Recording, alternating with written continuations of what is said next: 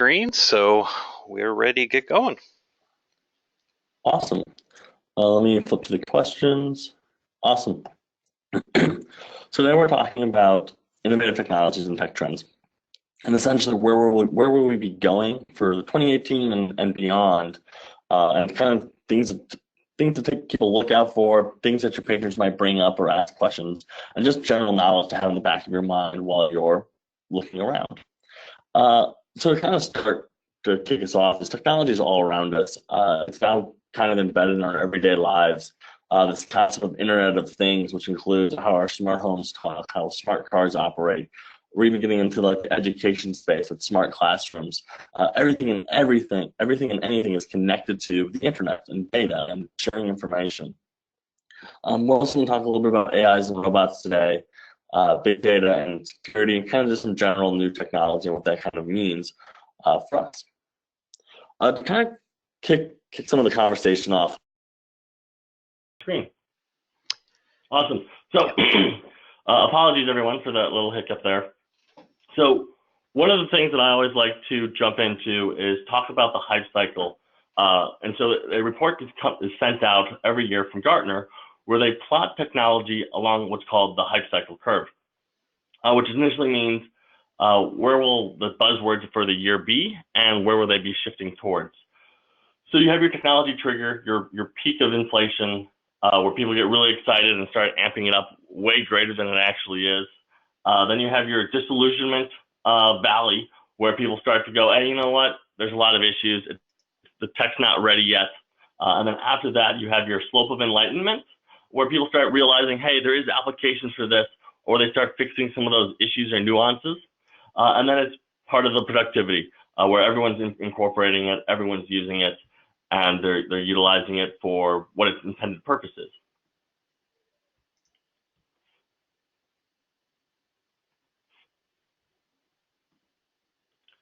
So if we're looking at 2007 and comparing it to, I think some of the questions are just being delayed here. If we're looking at 2007 and comparing it to more recent years, you'll see how kind of the tech has changed. It's focused on where things are kind of falling. And if we're looking at this cycle, we're talking about quantum computing, smart robots, Internet of Things platform was still relatively new a few years ago, as of July 2015. And so if we think 3 years ago, that's kind of what we were focusing on, or what we were talking about way back when, and how we can do speech-to-speech translation through audio headsets. And virtual reality started to kind of creep up, and people started to appreciate it. And augmented reality was just about to dip into that decline curve. And then if we look at 2017, it's entirely different. Virtual reality is still not necessarily mainstream just yet, but moving there. Augmented reality is still in this trough where people aren't relatively sure if it's usable or if it's going to be mainstream. And then at the same time, there's a whole bunch of these new technologies being discussed, like smart dust and 4D printing. Artificial intelligence is still kind of an innovation trigger. We're still working on what is AI and what that all means. And so to break down some of these new items, like they put them in buckets. So for 2017, they're looking at artificial intelligence being incorporated in everything we do and how we interact with things.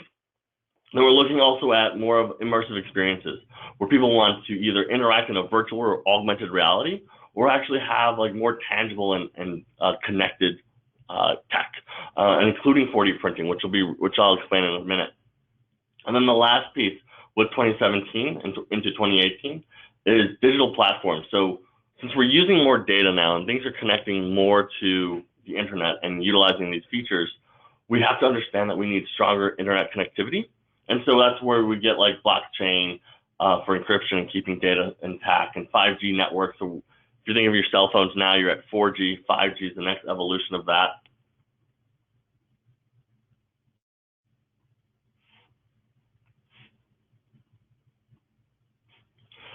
And so when we're looking at the growth cycle, one of the things that was mentioned was 4D printing. And so think of it as 4D printing you're able to print something in 3D essentially, but the fourth dimension is it transforms over time. So if you think of, like, let's print an ice cube and then let the ice cube melt. That's where we're going with printing now, where I can print something and then that can be changed or modified to be something else through time or through me interacting with it in different ways. And so that's some of the tech that we're talking of and experimenting with and seeing, is this a viable option? And the other really cool thing that was on the chart was smart dust, which is a system of tiny little sensors and cameras that are the size of dust. And these little tiny tech products have cameras, sensors, vibration, chemical sensors, everything that you can think of is packed in this itty bitty little tiny sphere that you can then send out into the world. And so you can use it to do like diagnostics of your environment that you're in, be alerted quicker if there's some type of gas leak, because it's tiny particles of tech that can then send data back to like its mothership, if you will.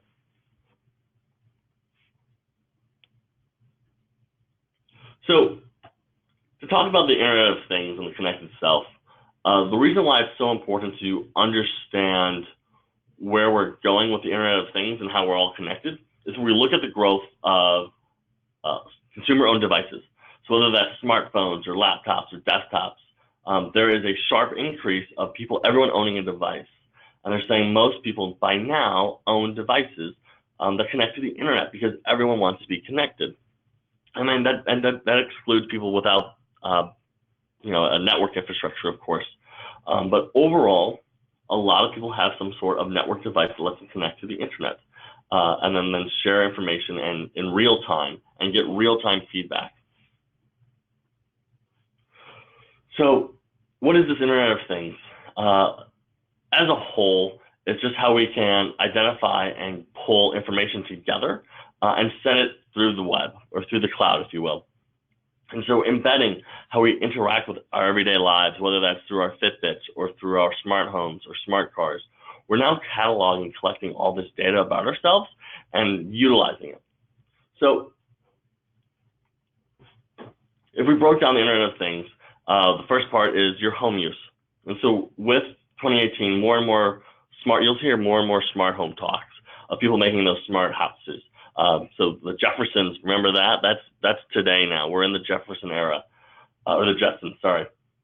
And so people go into the smart home world for convenience, automation, energy savings. They can track energy usage, and also the security side of things, because you're able to get an alert of who goes into your house and when do they leave, or when does a light actually flick on and when does it turn off. There's a few products out there that kind of help manage that. Samsung is one where they have a kind of a closed system where most of the devices have to be smart things Samsung owned, but now they also allow you to connect through other mediums, through what's called Zigbee and Z-Wave, and connect to these devices so your home can all talk to each other.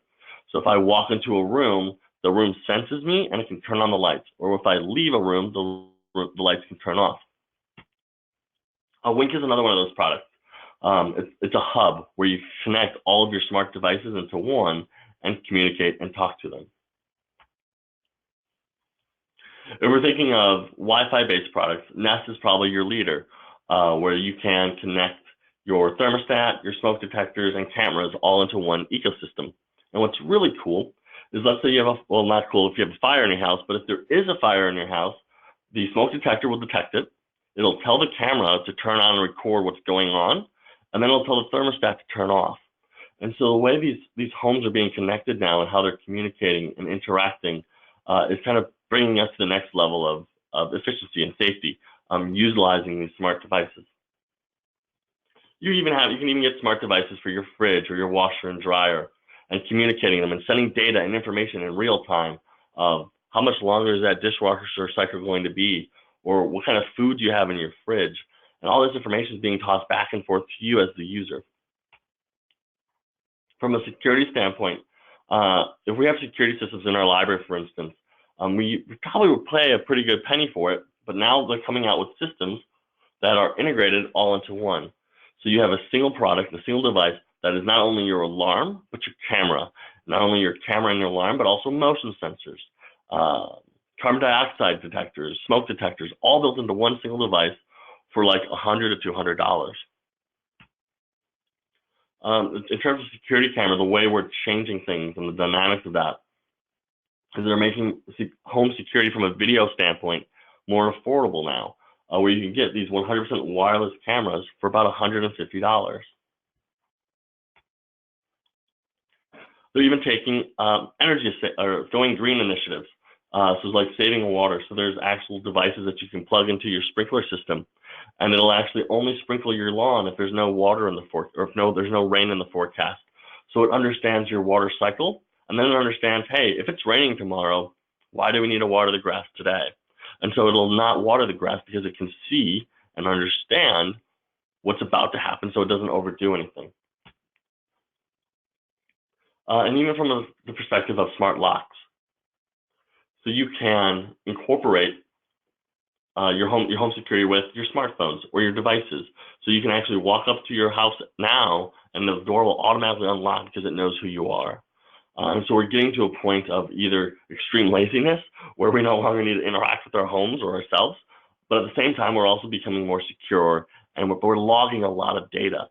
So my home, for instance, I set up as a smart home, so it actually knows when I'm home and when I'm not. And whether that's a good thing or a bad thing, I don't know.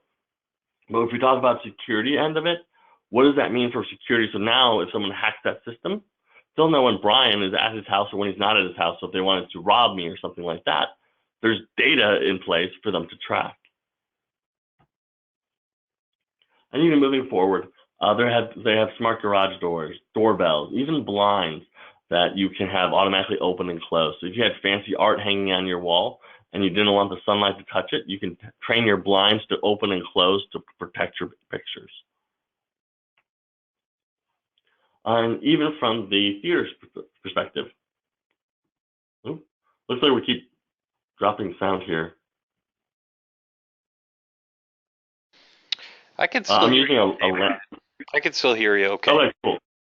I wonder if to go to webinar thing then, because we're using the phone. So if you're having audio issues, you might want to dial in. Actually, they won't be able to hear that. But so with smart homes, they're even going with this perspective of smart lighting, where lights can change or modify based off of what you're even watching on TV. And they're even doing it from a mood perspective. So let's say they say specific colors and specific bands of light, like a bright blue or a white light, actually will do something different for you on a psychological level, or help you focus differently, or warm you up, or make you happy if you're sad.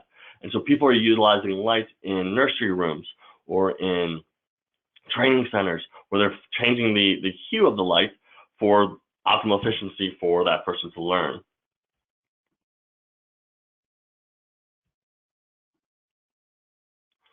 So even Apple is getting on board with this whole smart home concept, where they're connecting their devices to their HomePod. And then if we're talking about iBeacon, so we're learning that most users have cell phones. And so people are putting in iBeacon devices inside their homes, or inside buildings and corporations and libraries, so they can send data to their users.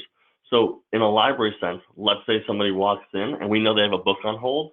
If they're using the app, we can actually send them an alert saying, hey, your book that you requested is on hold. Or we can actually start collecting data about our patrons in such a way where when they walk into a library, we can say, hey, you attended this program last year.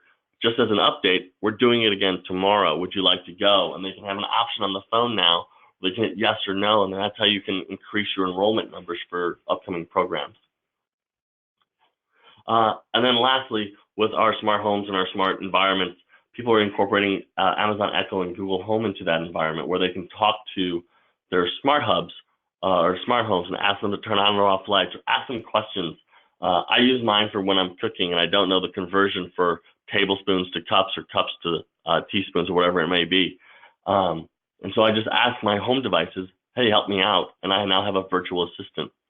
Some libraries are incorporating the virtual assistant idea within the library, and placing a smart Google Home on a desk and letting people ask questions We're sending YouTube videos to a television screen so people can watch.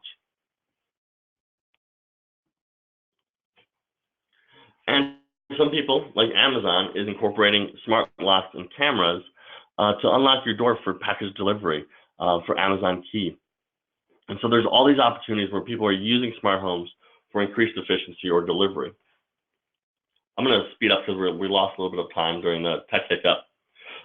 Internet of Things. So we're talking about ourselves at this point. So we talked about homes. So we should obviously talk about how we're connecting to the Internet of Things.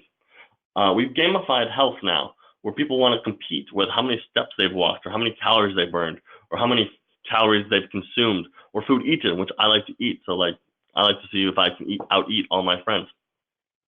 But at the same time, there's concerns of tracking in the sense of it knows my movement, it knows my health, and I can even use it to detect where I left things. But what happens if that company is sold and that information is shared to other groups or other parties? So I think we've all heard of Fitbits, smartwatches, etc. Almost everything now that we wear on our wrists that's coming out has some level of smart technology on it, where it's taking a heart sensor, or it's taking your steps that you've walked that day and putting into some sort of app. If you didn't like wearing the watch for fitness, you can also get shoes these days, where you can actually heat up your shoe and open and close it using your Bluetooth smart device. And if you wanted to get your child involved on the smart homes, what was the device called that sends notifications to patrons when they walk in? So the technology is called iBeacon. And so there's different vendors out there that you can purchase from and set up, but then it basically requires the device, which can sense when people with mobile phones and the app is near. And then those users, those patrons will have to have the app as well. So the iBeacon can communicate to it. But anyway, with our quantified self, you can even get your child involved in the wearables and give them onesies that can send data about how they're sleeping at night, how they're breathing, if they're tossing and turning, and also collect that data over time to identify health concerns. They even have products that you can wear on your head to help you learn and think in different ways. So Muse is one such product that works like an EKG, where it can read your thoughts, or it can read how you're thinking, rather, not your actual thoughts. Read how you're thinking and give you exercises to improve memory and thought and troubleshooting and critical thinking. People are taking this concept of quantified self and taking it to a whole new level. So there's a company called, I'm going to say it wrong probably, it's a Japanese company called Xenoma, Xenoma, and they just showed off at CES in January pajamas that dementia patients or mental patients can wear that can give hospitals real-time information of how they're doing. So typically in a mental hospital, people are locked into rooms, and it's proven that that's not always the best solution for things. So what this company has done was they give people a shirt that they wear that can send them data. So if they get lost, they can detect heart rate. They can geotag where they're at in a building at all times, and let people kind of have more of an actual life and a comfortable one with all this data being sent back into a hospital mainframe where people can track what's going on. Taking things even further, Google Pixel Buds will actually, if you're wearing them and you have a Google Pixel phone and someone is speaking in a different language, the Pixel, the earbuds, can hear that other language and translate it in real time into your native language into your ear, which is a huge technology jump, because now we're no longer needing those language translators. It's inside your ear, and you hear it as if you're speaking an actual language. And then in terms of data of tracking your devices, we're now able to almost lock down on any of our products or devices or keys or wallets with small little squares that work so well. So way back when, we'd have to GPS everything. You have to pay a service usually to find out where you left something. People have figured out how Bluetooth mesh networking works, where you can get a little product that everyone with an app can help you find your lost devices. One of these products is called Tile. And if you're like Brian, I don't have kids, I don't have devices, but I love my dog or my cat, they have collars now for your animals that can detect how they're feeling, how active they are, what temperature. You can even send messages to their collar so people can see if something's happened with it, or if you lost your dog, you can say, call me, and then put your number on the collar. So when your dog is wandering, everyone knows what's going on. But bringing it all together, the quantified self is combining all this information to understand ourselves, and whether that's to improve our health or to track our health, the goal is to make things better. So we have the smart glasses, we have wristbands that track our fitness, we have smart clothing that can read sweat and perspiration. We even have pills that you can take that can tell you through Bluetooth how you're doing from a digestive, like inside yourselves. And some of these pills are even reusable. And no matter how gross that sounds, that's kind of neat. So we talked about ourselves, we talked about homes. So obviously we're going to talk about robotics next. And so we're taking this idea of robots and efficiencies to a whole new level. We have smart vacuums. Roomba was probably the first that everyone has probably heard of. But now we're taking that even a step farther. So Dyson, for instance, has an actual camera on its dome, if you will, that can scan the room and understand where everything's at and clean more efficiently and effectively. And then you can use your smart home to tell when Dyson should vacuum. So instead of telling your child to, hey, you got to do the chores today, you can just go talk to Alexa and say, hey, Alexa, tell Dyson to clean the house. And Dyson will start cleaning the house. If you didn't worry about cleaning your outside of your house and you wanted someone to do the outside, they have smart lawnmowers now, work very similar to Roomba, where it will actually cut your grass for you. And by just doing the same scanning that your inside your home would do. And bringing on even further, in terms of smart cars, all the tech we have for building an automated car, we've had for years. And it's just now people coming together to put in a car that lets us operate it. And all these devices are talking to the car and telling the car to move on its own. And now we're pushing that into the trucking industry, where now we can have self-driving vehicles and self-driving trucks. So now your packages and everything that you're shipping around the world can be automated. And whether or not that's going to improve efficiency, not really sure. But that's where we're heading. And I think we need to understand that that's where technology might be evolving to. And then this is Tesla's smart truck as well. But the idea of we're connecting so much data from inside ourselves, about our homes, and we're even incorporating that into our vehicles we drive and tracking how we do things. It's kind of an interesting concept of what we're doing with all this data. And then even with a car that isn't a smart car, people have figured out ways where you can turn your car into one. And so this device from Automatic can actually track where you travel and how well you drive and give you information on how to be a better driver. And we're even using robots and self-driving vehicles, if you will, inside warehouses. And so having little robots deliver packages to someone that's boxing everything up, so that individual doesn't have to walk a giant warehouse floor to find out where things are. All the robots talk and communicate to each other. And if you wanted things for your home, you can get that now. So Buddy is a robot that's coming out very soon, where it'll travel around for you. And when you're sleeping, instead of having that annoying alarm clock, you can have this creepy robot hover over you and tell you it's time to wake up. Jibo is actually out now. It's a smart AI robot that you can have conversations with. It learns about you, and then you can have it interact with your home. So think of Alexa, but with a personality, where you can interact and learn. And again, you can buy Jibo right now on Amazon. Ido is another one that's coming out soon. Same idea. It can detect faces and understand who is who in your household. So when your grandparents come home to come visit, it'll actually greet them at the door and then send you a notification on your phone letting you know that, hey, the grandparents are here. Some of this data that people are putting together, IBM Watson is something kind of checked out, but the flaws with Alexa and Google Home are basically you can't ask a question it wasn't programmed to answer. And so that's one of the challenges with AI. So IBM Watson is a product that is being developed that you can communicate with a robot in human speak, and it will understand you. It understands context, and so it will respond based off your context clues. It doesn't necessarily have to be programmed to have an answer. It's programmed to understand.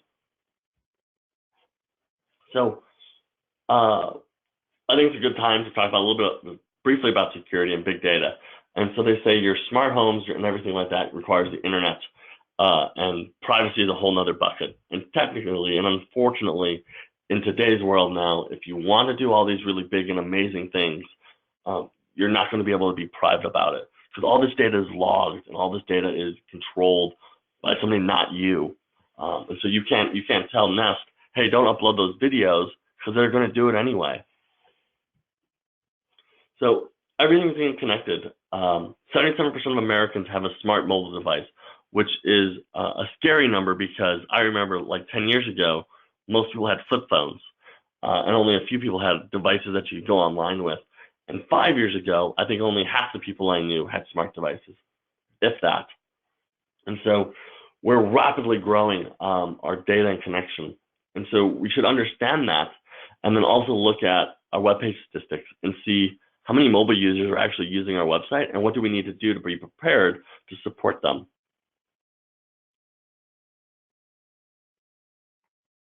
So taking another detour of tech, one of the other hot topics is augmented and virtual reality. So augmented reality overall is just being able to view your physical environment and putting a virtual overlay over it. Virtual, on the other hand, is being fully immersive. So you see a 100% new world around you, and how you interact with that world is up to you. I would say that the concept of augmented reality really came into the public eye with Pokemon Go, which came out a few years ago, where people would walk around their physical spaces and using an app can see digital creatures to capture and collect. From the same company that started Ingress, which was a very similar game where you're battling people. HoloLens is probably pioneering this augmented reality piece within our physical world, where you wear a headset and you can put up digital displays in your physical environment and interact with those. And so in one exercise, you can actually throw up a digital model of a heart and watch it pumping, and then break apart the heart to see how it's made up, how it works. From an educational standpoint, it's huge, because if I wanted to see that in a real world setting, I would need a heart, an actual heart to actually experiment with and test. In HoloLens, it's a virtual heart. And so I can redo this over and over again and repeat the exercises and learning how hearts work. And then in terms of virtual reality, we're able to do it with our phones now. And using things like Google Cardboard, I can slip in a phone and see a 3D world. And it's being used in education. So I can have multiple people wearing this Google Cardboard, if you will, and we can take a tour of an ocean world. And as a teacher, I can see where everyone's looking in this ocean world, because I can see everyone's digital personas in this virtual environment. And then all virtual reality, this is the PlayStation View, is being used within video gaming. So now this is becoming a hot trend where people know what virtual reality is, and it's incorporated into our games, into learning and education. HTC Vive is another really popular product, where people can interact with virtual worlds and do painting in this virtual environment and draw and things like that in 3D, or tour museums, all from the comfort of their own home. And what I'm really looking forward to is the Magic Leap, which has been a secret for years as they were developing this product that's supposed to be the next level of augmented and virtual reality, where the quality looks so good, it's like you're really actually there. And you're actually able to do full interaction within your space. So that's the Magic Leap. Which is a good segue. So this virtual and artificial intelligence environment is a good segue to our smarter classrooms within education. So as a side note, online learning is changing, and we can admit that. People are learning in different ways, and whether that's through competency-based education, where they're teaching you just the skills you need to have to survive, or project-based education. which is kind of what we're talking about now, where people are given a project and they're supposed to do it, and then they share what they've built. And then from our online classrooms, more and more schools are going through this online learning environment where they're putting platforms together, using the internet, using data, using servers to teach people how to do things. And they're even doing that with nursing and medical, where you can actually get your nursing degree entirely online. And that might be scary, but people are able to do it with live lectures, self-guided assessments and quizzes. And so this is kind of just the dashboard of what that would look like and how that interacts. And so this is Canvas, and they're making open source platforms where people can log in and submit assignments now. A lot of us have seen these smart boards where people can draw and interact and work together on a project in class, or even from an adult world, interactive television screens where we can draw and take notes and interact in real time with others, even around the world. So with educational technology, it is moving from books to hands-on applications. We're taking physical devices and putting in front of our users, our teens, or our kids and saying, hey, this is a robotics kit. You're in 3rd grade and we're going to build a robot today. And that's where we're at now, which is kind of exciting. But we're also teaching a lot of STEM principles. So 3D printing, sewing, creating things, lots and lots of programming opportunities. But at the same time, I think as we think of the future, we need to be very careful of how we're doing this. So I give this talk quite a bit. And so when we talk about programming, right now, we're teaching everyone how to be a coder, which is fantastic. It's a good skill to have. But if we think about the future, right now, in today's world, a programmer will cost anywhere from $30 to $60. If I tell you, and that's because there's only a handful of programmers. Now, if I tell you in 20 years, every single person in the world knows how to program, do you really think those individuals will make $30 to $60 if everyone has it as a base skill? Probably not. So that explains why Microsoft and Facebook and Google push programming so hard. They're not doing it because they love the world. They do it because it's going to cost them way less for a programmer. So we're talking about making and creating. One of my favorite 3D printers, I'm going to go through this portion pretty quick, is the Robo 3D C2. You can even draw in 3D. And the cost of these devices are going down more and more. So if we're looking at augmented reality, we're looking at like anywhere from $1,000 on up. But now with virtual reality, that used to be the same thing, where if you wanted a virtual headset, you're looking at $2,000 to $3,000. But now you can get a VR headset for like a couple $100. The 3Doodler, you can draw in 3D, make some really cool things. Carvey by Inventables allows you to engrave into wood, plastic, all these materials and make all these really cool products. So Carvey is a fantastic product that people are using in schools to teach people about CNC and millworking and making things. From a programming end, the cost of machines and robots to teach us to code have gone down so dramatically. The barriers to entry have been erased. So Ozobot, it's a $50 product that you can use to learn how to code, whether through drawing or through an app called Blockly, which looks like that on the right.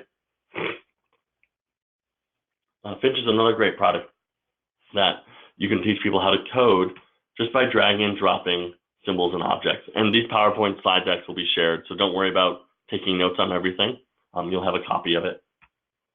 You might have heard of Sphero. It's a robotic ball that you can drive around through your library. You can build mazes and challenge people. How can you get this robot from point A to point B? And that's the code environment for it. Again, you're just dragging and dropping symbols and commands to tell the ball to move in specific ways. If you want to get more text-based coding, it's on the right, so you can actually use their version of their language to code the ball to move. SamLab takes circuits and programming to a whole new level, where each of these little cubes have a Bluetooth chip and a battery in it, so you can build interactive homes, if you will, or interactive environments using these products. And so using the app, you can actually teach it. So if someone pushes a button, you can have your camera on your laptop take a picture and then tweet it out. From a high-end text perspective, the Wink robot is packed with a whole bunch of different sensors and motors and gears and sounds that only cost $50 to buy, and you can teach a third grader or fourth grader how to code a robot. And that's what the code looks like. It's simple to use and easy to understand. And people are even taking robots to a social level. So Little Robot Friends wanted to teach people that emotions are okay. And the opportunity is to code a robot to have feelings.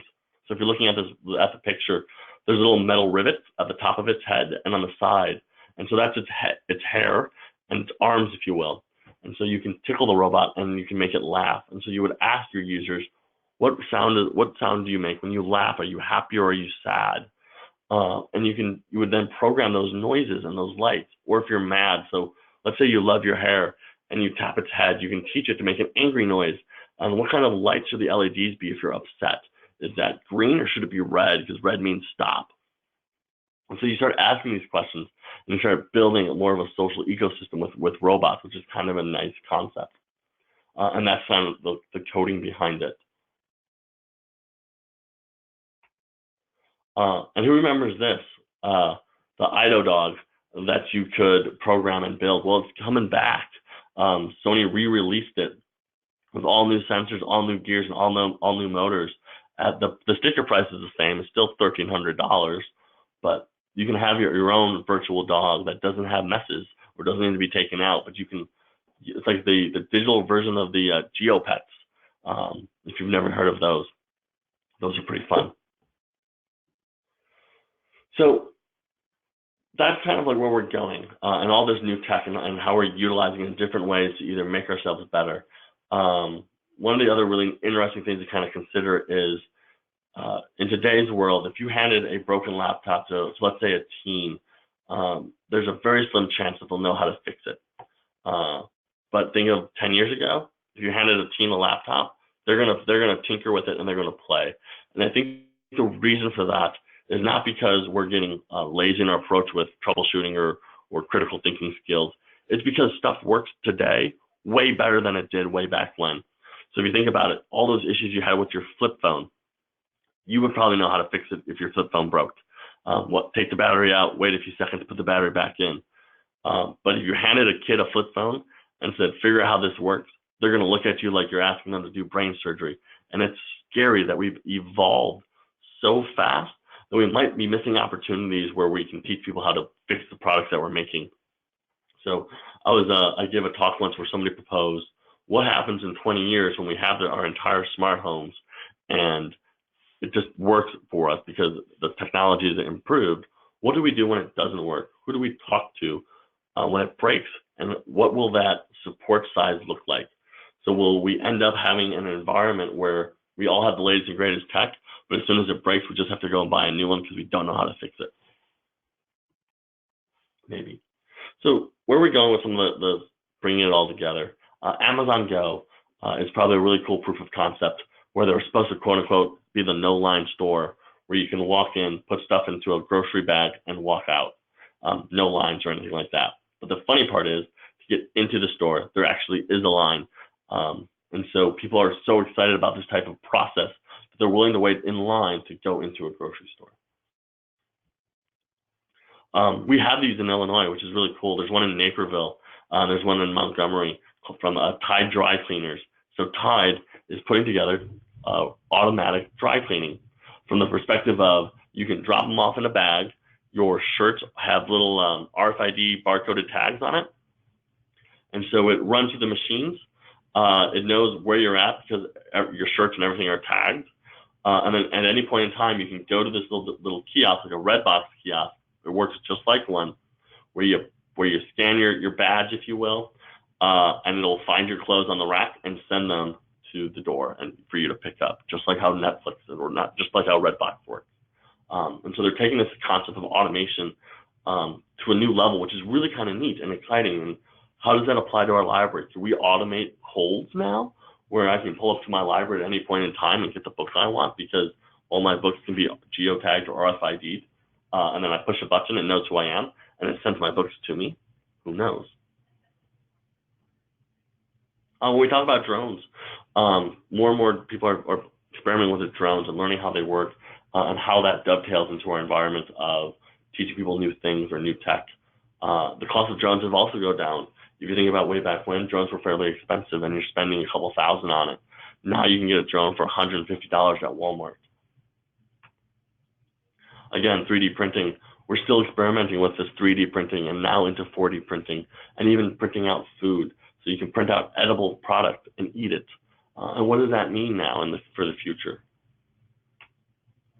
We probably all heard now Bitcoin. And I'm not gonna beat you over the head with how great Bitcoin is or what it does or if it is even worthwhile. But the idea of Bitcoin was to give you anonymous currency. But now that it's gone public and it's being kind of more controlled, that anonymity has kind of gone to the wayside. And then we're talking about virtual worlds. We should also understand that in order to make a virtual world, we should also be able to record our physical world and build a virtual world out of it. So there's cameras now, like the Samsung Gear 360. I can take it to a concert and record the entire concert in 3D, and then I let my friends re-experience the same concert and be able to look around as if they were actually there. And then we talk about our smartphones and our smart devices. Again, if you think about that way back when, we had flip phones, and that not even that long ago, and we had phones with keyboards on it. Most phones today, it's just one screen. It's just an LCD screen that's a touch screen. And people are using it to do their computing work. People are using this to send emails, work on spreadsheets, type up Word documents, and send it. And it's a really interesting transparency of how we've kind of progressed now, where we don't carry desktops around. We never did. Most people didn't even have a laptop. But now people got laptops. But now most people don't even carry their laptops around when they travel. They just bring their cell phones because they can do everything from their phone. And then another concept to understand is we've gotten so good at tech is we can actually create videos of actual people saying things they didn't actually say, and it's impossible to tell the differences now. Where you can watch a video of someone saying something, but they actually never said it, or they were never in the environment where the video says they were at. And so there's people that are challenging this and saying, should we build AIs that can detect fake videos, and can an AI be smart enough to see, hey, you know what, this video's been doctored, or can an AI be smart enough to doctor a video on its own and share it to the world as if it's actual news or actual fact? And so it's super scary on how good this technology has become, because you won't be able to tell the difference. So when we're talking about our mobile devices too, we should also understand that people want things fast now, and so they're using their mobile phones for websites, apps, and social connections. And we have to make sure that we're at the tipping point, and we're at the cusp of it with our devices at our library, making sure our websites work, or making sure our apps that we use are up to date and do what they're supposed to. So I know I breezed through a whole bunch of topics today. I want to kind of open the floor and let people ask questions on what they've seen, what they've heard, fears, concerns, and I'll kind of leave it open to you guys now to have a quick little chat. All right, thank you, Brian. And just a reminder, you can use the questions pane on the GoToWebinar control panel to send any questions to Brian, or if there's a particular technology that you're interested in or wanted to share, we'll read those so everybody can hear it. For starters, Brian, one question I will just ask, this is more general. Obviously, library staff have a whole lot that they have to keep up on, so technology being one of those, but of course, in the library context, technology is also, the software that they interact with every day. And then there's keeping up with collection development trends, publishing trends. In terms of technology, for those who are, like most of us, short on time to really explore and research technology, do you have a couple kind of go-to places, in terms of websites and so forth, that you learn about upcoming, important, relevant technology? Yeah, and so I just looked to the next slide. That was a good segue. Oh, good. So there's lots of opportunities to stay kind of up to date, and it does unfortunately take some time to do. My favorites, though, are to attend a conference, which obviously takes the most chunk of time. But the best conference to at least just follow on Twitter or just put a little Google search together and watch the news feeds for it is the CES conference, or the Consumer Electronics Show conference.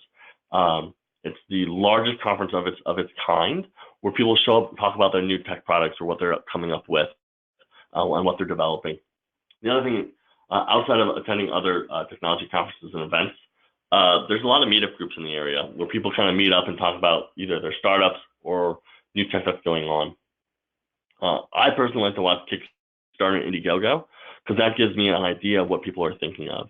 And so, since for the last year or two, last year was more edutech stuff, and this year it seems to be more of the AI and VR type of equipment. And so just like watching those and seeing what people are coming up with as future products can give you the understanding of where we're heading. And then otherwise, there's a lot of online and print publications. And some of my favorite are like TechCrunch, Forbes, and Fast Company.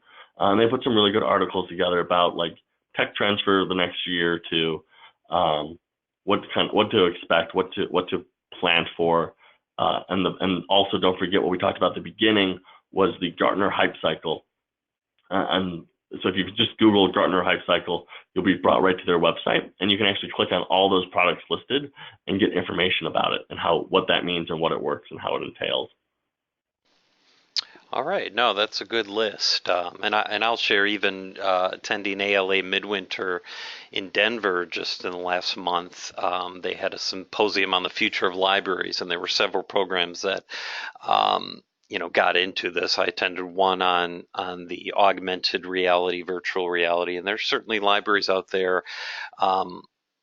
I think right now a lot at the university level that are beginning to use this and really doing some cool work in these areas. So I'll read this question that we got from Carla and Brian, wondering if there's a service that you know of or technology to create interactive maps to guide patrons to the location of a desired item. I'm thinking now about in the library context and a particular item in a library. So, at least from a real-time perspective, I can't think of anything off the top of my head, but from this is where our nonfiction's at, this is where the youth services group is at. You can use Google Maps to do that, and you can actually build a Google map of your environment. That when people are even using the Google Maps app, if you will, they can click into your library space, and then it'll blow up. It's very similar to like if you've ever used it at an airport. And so you can then see where everything's at from that location. Mm-hmm. If you're looking for a physical item, that's maybe if you would probably have to do some digging and may have to come up with it yourself using things like RFID. If you have all your books chipped, in theory, you should be able to find out where it's at. And then pinging the rest of the library space, you should be able to find an item that way in real time, but you may have to actually build the app for it, or I'm not positive there's actually any companies out there that do it, to be honest. And then I guess just a comment from Anne that you'd think that the physical human organism has limitations and is not capable of fully utilizing the full extent of all the technologies that can be invented, thus limiting the device's efficacy and marketability. I certainly think for some of these things we are in uncharted territory and kind of pushing the boundaries of what we've done. So I think that's an apt point, Anne. I don't know if you have any thoughts, Brian, on that one. I think potentially, but at the same time, I think we're going to get to a point that we see it in the movies all the time where we embed ourselves with technology, and so like people will have we already have people with cybernetic arms and whatnot. But I don't know if we've ever reached the point of having a cybergenetic brain. And so if that occurs, I guess the proposed question would be, what would occur after that point? Will we be more, would that individual be more AI'd, or will they be more human? So 100% human, yeah, we might reach a point where we can't utilize certain things, but at the same time, we're also fully destructive enough to figure out a way to do it. And I think watching that trend and understanding it's important to at least kind of like keep an eye out for it. And then we as information professionals and whatnots, I think it's important that we be advocates for, hey, we might have to be advocates for humans at some point and saying, hey, look, we really got to be careful if we're incorporating this type of tech everywhere. Here's what's going to happen. For instance, somebody talked about if we replace store clerks with robots. Sure, those businesses will save a lot of money, but then we lose that human interaction. Like that's where I interact with humans the most is if I'm going shopping with the grocery store. If I go to a library, I interact with the staff. And if I replace that with robots, what does that do to my human psyche? I think that's another good question to kind of consider. But it's a good point. Yeah, absolutely. So we have a couple minutes left. If anyone has any final questions, I will just make a couple announcements here. We did record this, and again, thank you everyone for your patience in the beginning, switching Brian over to a different line for the audio. But recording will be available by early next week. So if you want to refer back to something or share with a colleague, it will be there on the Rails website in our continuing education archives page. And as Brian mentioned, I know it's very good slides here that contain a lot of information that we can have those slides accompany as a PDF for your reference. And with that, not seeing any other questions, want to thank you all again. And Brian, thank you once again for a lot of good information. Yep, thanks for having me. If you have questions after the fact, or even if you're watching the recording, feel free to shoot me an email. All right, very good. So everybody have a good rest of the week, and we will hopefully see some of you on our webinar next week. Thank you again. Thanks, everybody.